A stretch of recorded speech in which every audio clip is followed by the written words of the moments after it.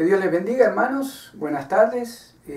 Vamos a comenzar a compartir, si Dios lo permite, cada semana un devocional de alrededor de 10 minutos. Vamos a estar hablando el día de hoy en cuanto al modelo de ataque de Satanás, principalmente sobre la vida de los creyentes, los hijos, las hijas de Dios. Vamos a estar primero orando y después leyendo dos escrituras, una del Antiguo, una del Nuevo Testamento, para continuar. Bendito Padre eterno, Señor, por favor, en el nombre de Jesús, abre nuestra mente, nuestro corazón, para que tu Espíritu Santo, Señor, nos ilumine, Padre, en esta tarde a través de tu palabra. Te damos gracias en el nombre de Cristo. Amén. Vamos a estar leyendo, hermanos, Segunda de Corintios, capítulo 11, versículo 13 al 15. Y dice el apóstol Pablo: porque estos son falsos apóstoles, obreros fraudulentos, que se disfrazan como apóstoles de Cristo. Está hablando, por supuesto, en cuanto a los falsos maestros que habían aparecido en la iglesia de Corinto. El versículo 14 dice: y no es maravilla, porque el mismo Satanás se disfraza como ángel de luz. Así que no es extraño si también sus ministros se disfrazan como ministros de justicia, cuyo fin será conforme a sus obras. Otra escritura que quiero leerles, y vamos a basarnos en esta escritura para conocer estas tres áreas donde Satanás ataca. Vamos a leer Primera de Crónicas 21:1. Primera de Crónicas 21:1. Cuando el rey David manda censar el pueblo de Israel, y todos sabemos que a través de la ley de Moisés era pecado, Israel tenía que entender que el Dios de los escuadrones de Israel era Jehová. Ellos no necesitaban saber cuántos soldados o cuántos arqueros o cuántos gente en carros ellos podían tener. Ellos eran el pueblo de Dios y les estaba prohibido censar la cantidad de guerreros que Israel tenía. Sin embargo, al final de su reinado, el rey David manda censar a Israel. Y fíjese lo que dice Primera de Corintios 21:1. Primera de Crónicas, 21:1. Dice: pero Satanás se levantó contra Israel e incitó a David a que hiciese censo de Israel.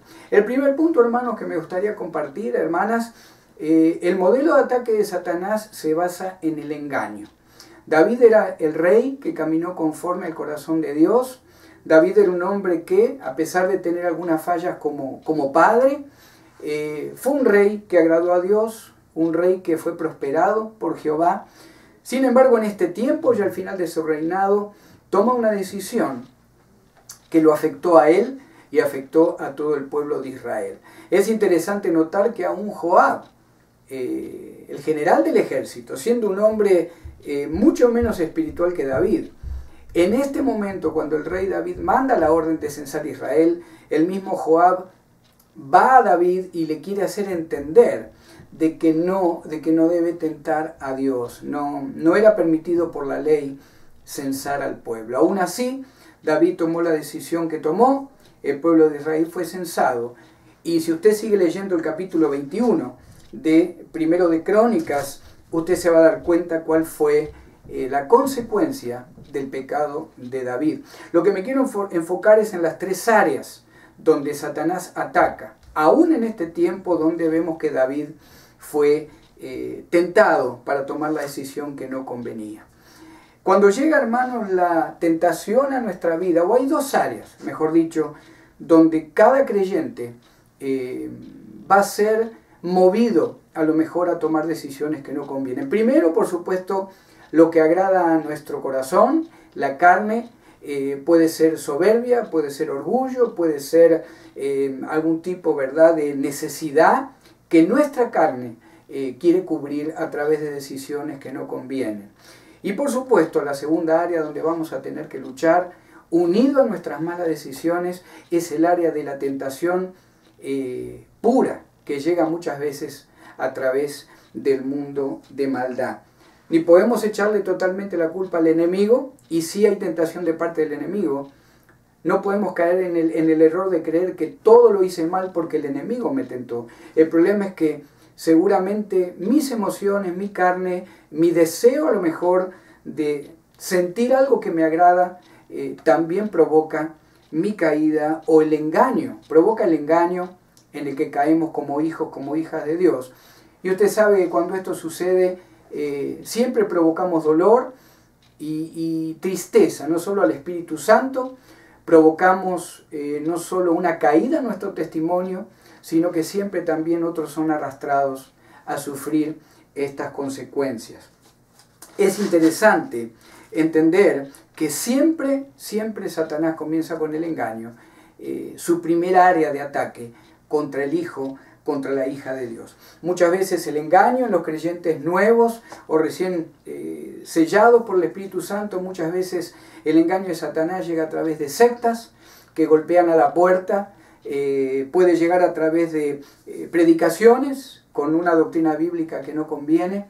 Siempre estar atentos y entender que la primera área donde el enemigo va a atacar, en el alma, en el espíritu, en las decisiones del creyente, es justamente en el engaño. Puede ser engaño doctrinal, puede ser engaño en cuanto a lo que se pone delante de mis ojos. La segunda área, en cuanto al método de Satanás para engañar, y esto afecta a líderes cristianos y líderes no cristianos, es en el área de a quién toma de blanco. El blanco del enemigo son los líderes.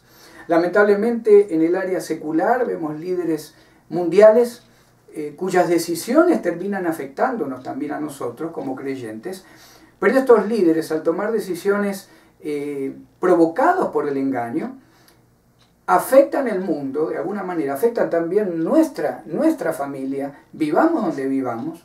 El engaño que ellos toman de parte del enemigo para fomentar leyes, para promover leyes, normalmente afectan el área económica, afectan el área social, afectan el área educativa, afectan el área política, el área de los militares.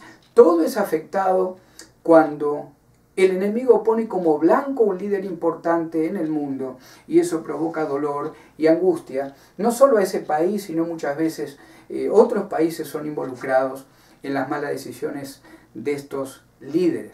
Cuanto más como cuando un líder cristiano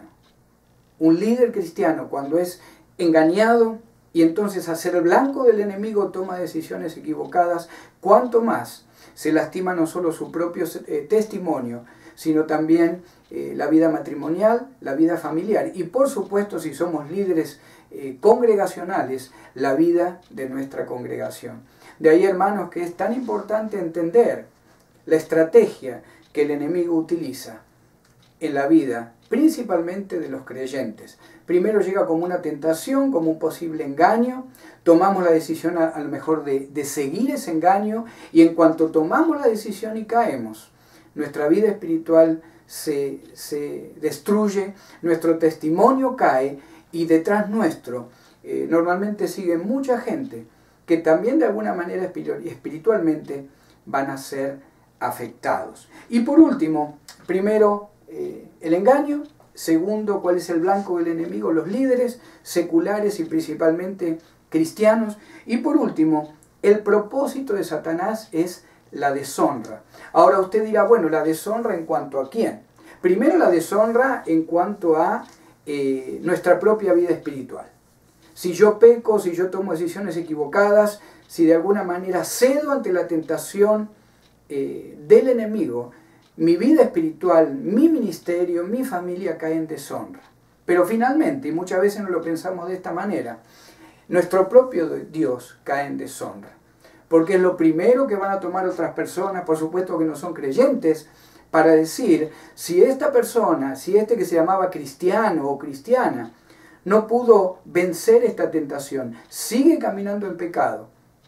Yo no quiero ese Dios, yo no quiero ese testimonio, no quiero esa Biblia en mi vida, porque si esta persona que decía ser tan espiritual, de alguna manera ha lastimado de manera tan profunda su testimonio, yo no quiero caer en lo mismo. Fíjese que finalmente, aunque no lo pensáramos de esa manera, si acepto el engaño del enemigo, si entiendo que como líder he sido blanco del enemigo y tomo la decisión equivocada, finalmente voy a tener que reconocer que mi vida ha caído en deshonra, mi familia ha caído en deshonra, mi congregación y finalmente nuestro propio Señor ha caído en deshonra por mis malas acciones y por no entender, como estamos un poco más entendiendo al día de hoy, cuáles son las 3 áreas o las 3 maneras en que Satanás actúa sobre los creyentes.